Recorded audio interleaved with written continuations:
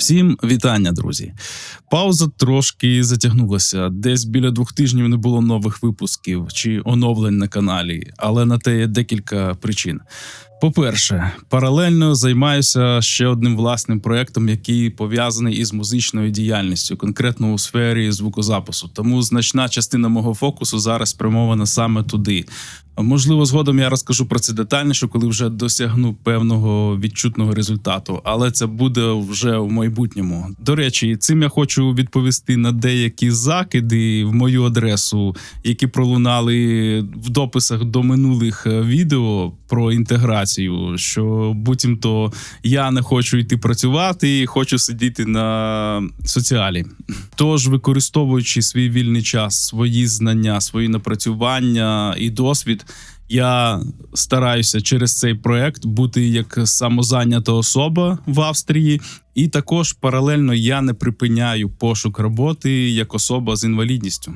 А друга причина затримки виходу відео в тому, що цей випуск я планував зробити трошки по-іншому. Зазвичай я готую всі випуски за сценарієм, пишу його, коригую, а потім активно використовую під час запису, от як зараз. Особливо, коли тема вимагає точних висловів та формулювань.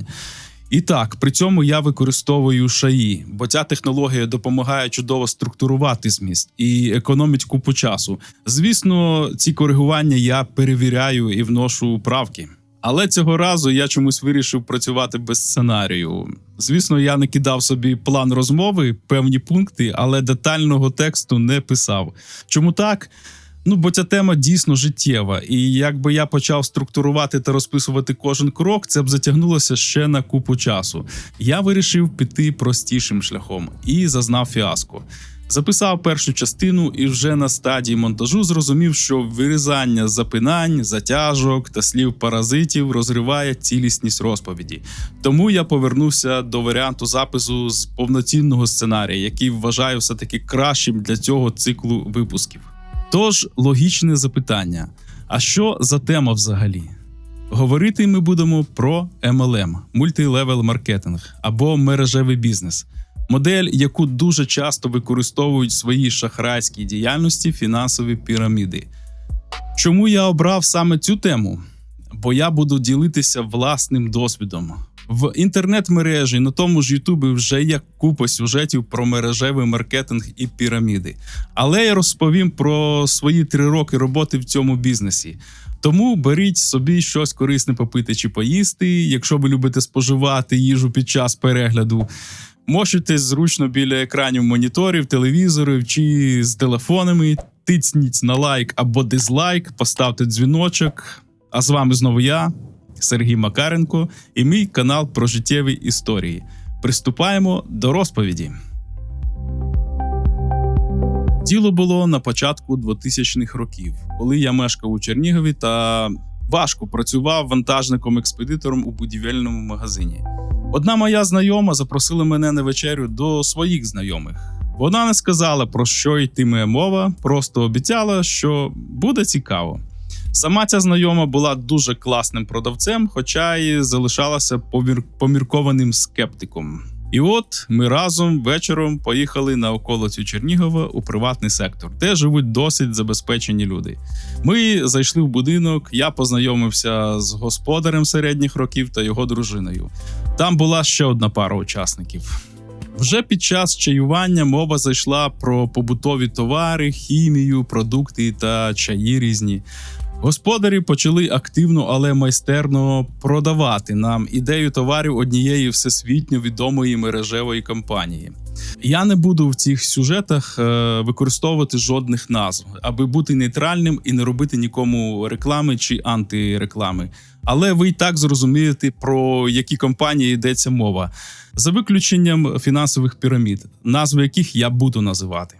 Я вже й не згадаю деталей цієї зустрічі, але загальне враження було дуже піднесене у мене. Господар був справжнім майстром продажу ідей, тобто гарним таким тюхальщиком. Коли ми поверталися в центр міста на авто тієї іншої пари, чоловік, який був за кермом, виявився підприємцем і дуже негативно та скептично реагував на його пропозицію господаря дому. Я тоді взагалі не мав досвіду в бізнесі, був звичайним найманим працівником і просто дивувався його скепсису. Через 2 тижні я таки пішов на презентацію самої компанії. Це була невелика зала в офісній будівлі неподалік Чернігівського політехнічного інституту. Здається, було людей біля 15 там, на цій презентації.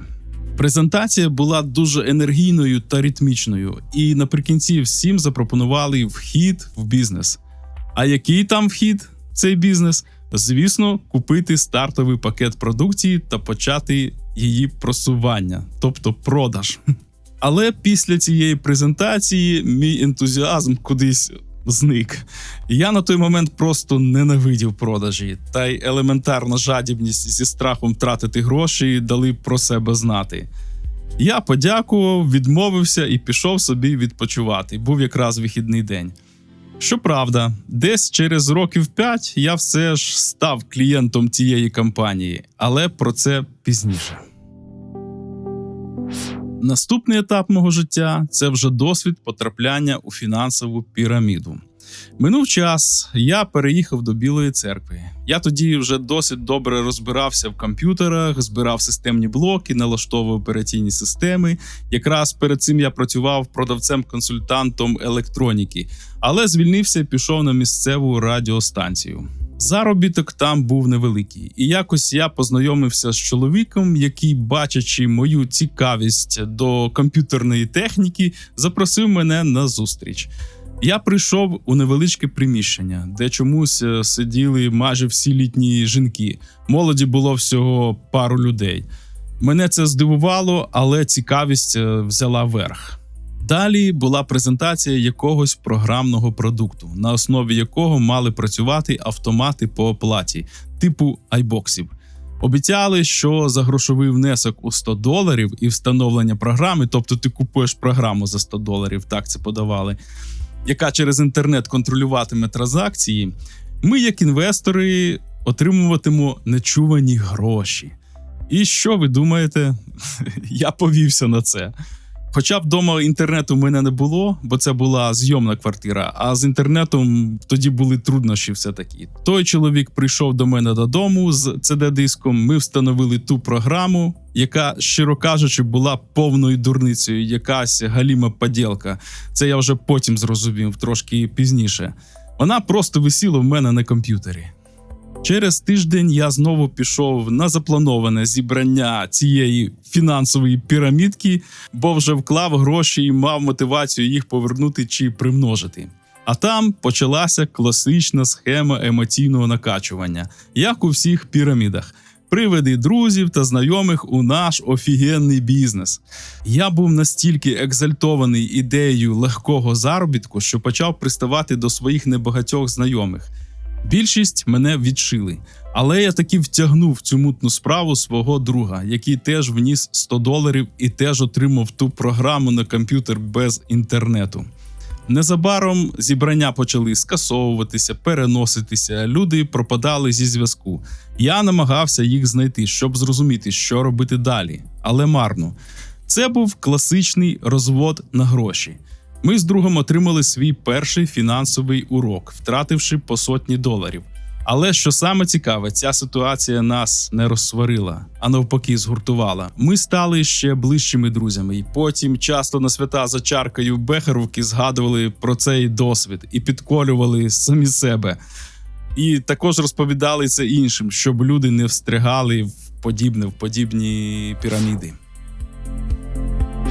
А час йшов далі. Я вже працював на студії звукозапису в Києві. Якраз в цей період мій знайомий музикант, з яким я співпрацював певний час, граючи наживо по ресторанах в якості клавішника, таки підписав мене як клієнта в ту всесвітньо відому MLM-компанію, з якою я познайомився колись ще в Чернігові. І я декілька років періодично купував продукцію для власного споживання. Зубні пасти, щітки і іноді вітамінні комплекси. І купував також цю продукцію знайомим за потреби. Але я взагалі не розглядав себе там як підприємець чи партнер. Потім була Революція Гідності, де я познайомився з новими людьми. Ганьба! Ганьба! Ганьба! Ганьба!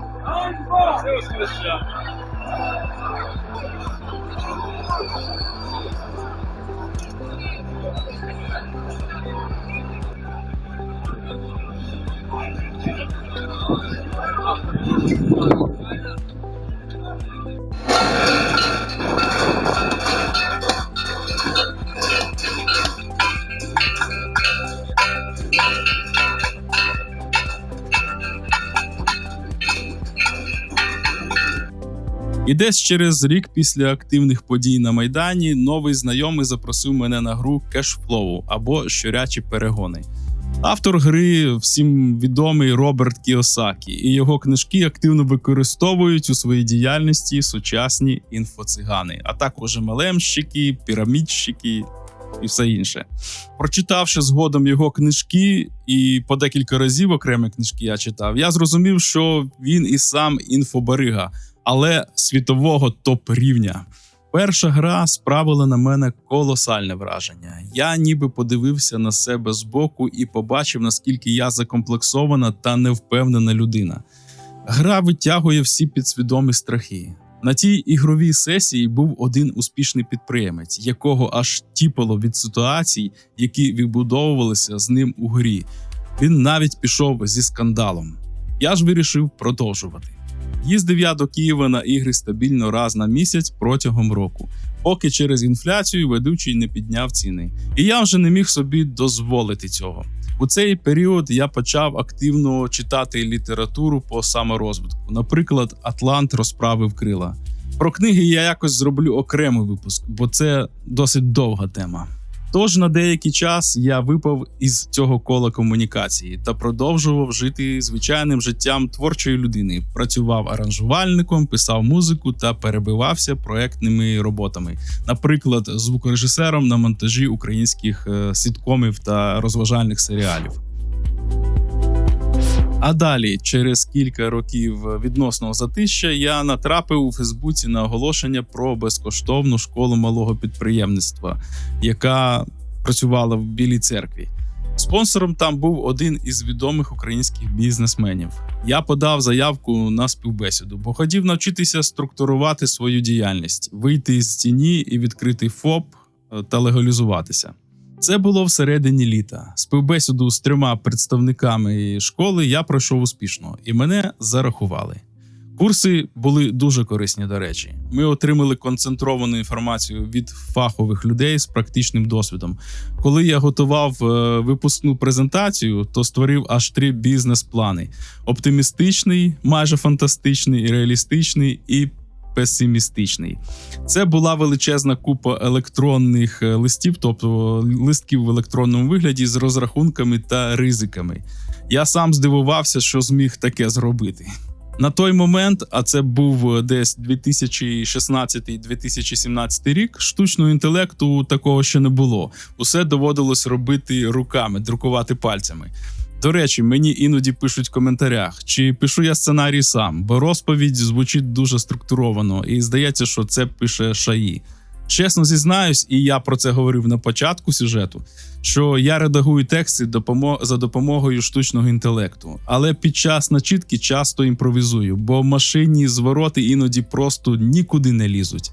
Я записую план із ключових тез, вмикаю мікрофон і просто розповідаю, згадуючи деталі.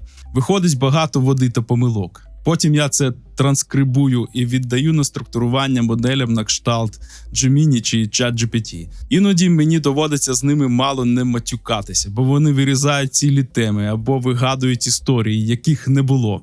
Але це дуже економить сили, бо раніше від набирання тексту на смартфоні у мене просто вилізали очі. Але повернімося до MLM.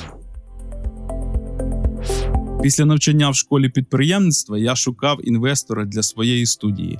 Але звукозапис – штука нішева і дорога. Ніхто не хотів вкладатися через низьку конверсію. Через рік на зустрічі випускників школи мене попросили знайти апаратуру. Я домовився зі знайомим про прокат. Школа це оплатила, і там я познайомився з жінкою, яка теж колись навчалась в цій школі. Ми розговорилися, я згадав, що грав в гру Cashflow. А вона каже: «О, ми з чоловіком якраз проводимо цю гру в Білій церкві». Вона не сказала відразу, чим займається, просто дала візитівку. Мені було цікаво знову зануритися в цей потік, бо гра змушує мислити фінансами.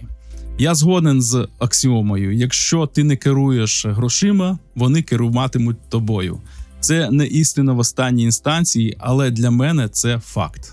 Гра показує всі твої недоліки як інвестора. Звісно, якщо її проводить мутна людина, яка обіцяє успішний успіх за великі гроші, це викликає лише негатив. Але в тій компанії все було інакше. Після 3-ї чи 4-ї гри мене попросили затриматися. І такими навідними питаннями запитали, як я ставлюся до страхового бізнесу.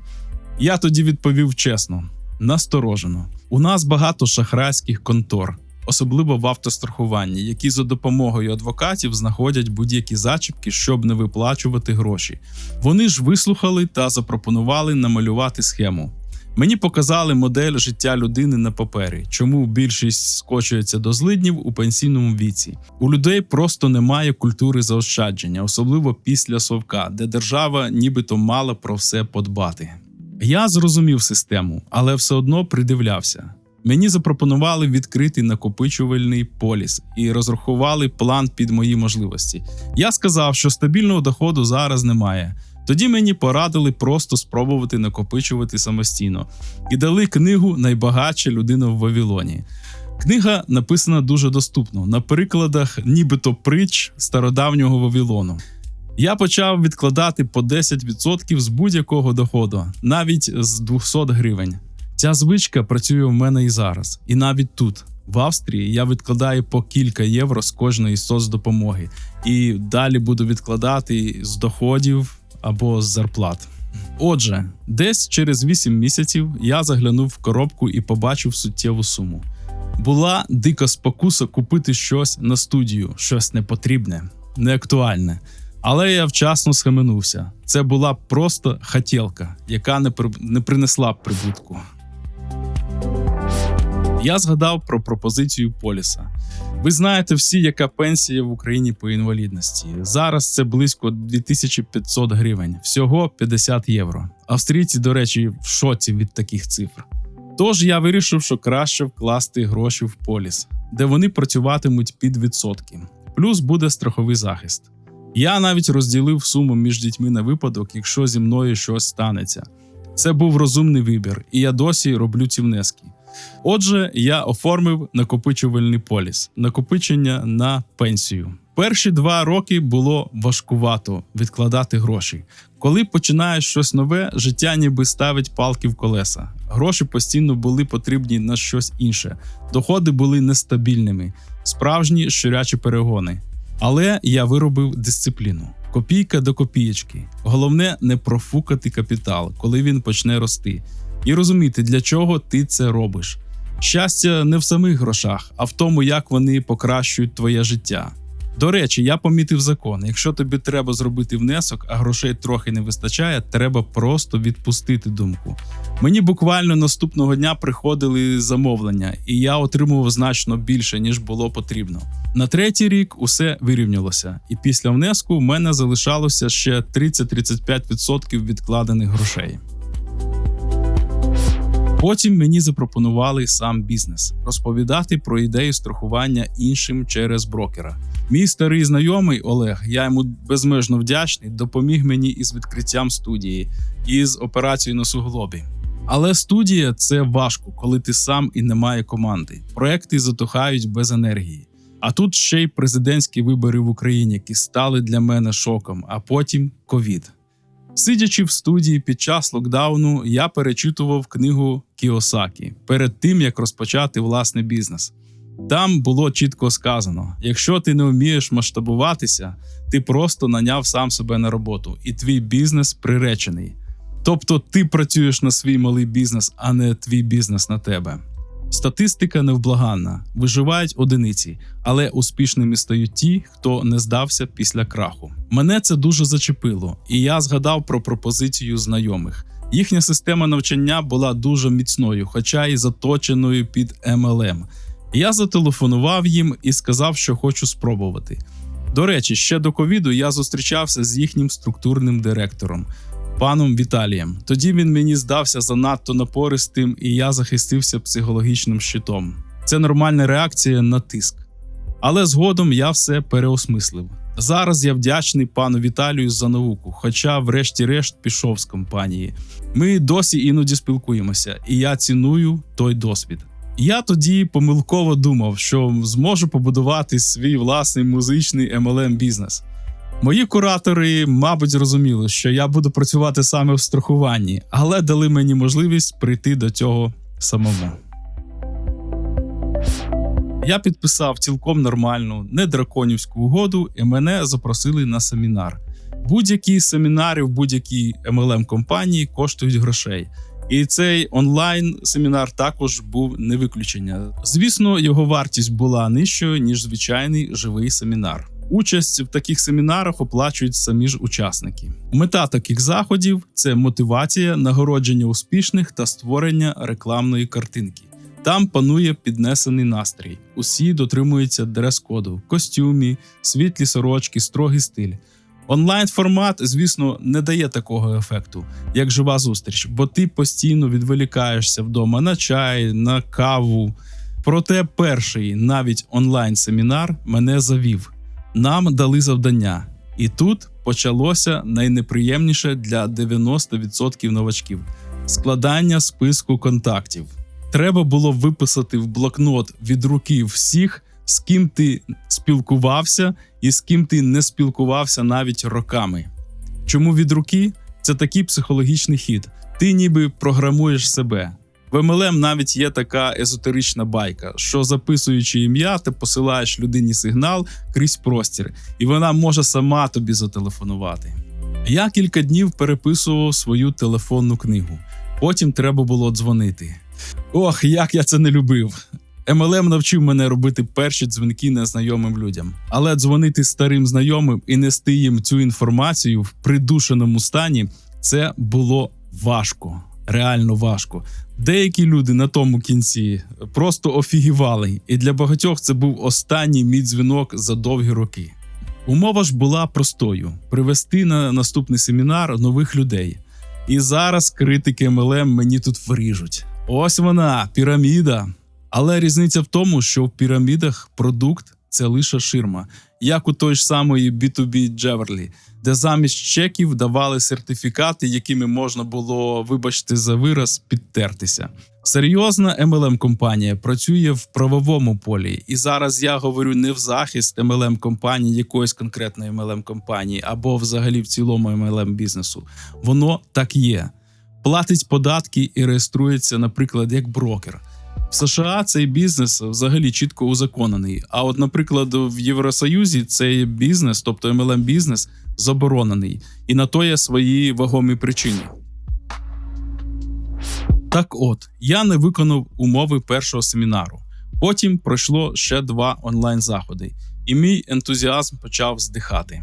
Організатори, тобто співвласники MLM-компанії, добре розуміли, що онлайн не працює так, як живі зустрічі. І коли ковідні обмеження трохи послабили, я вирішив поїхати на живий семінар у Київ.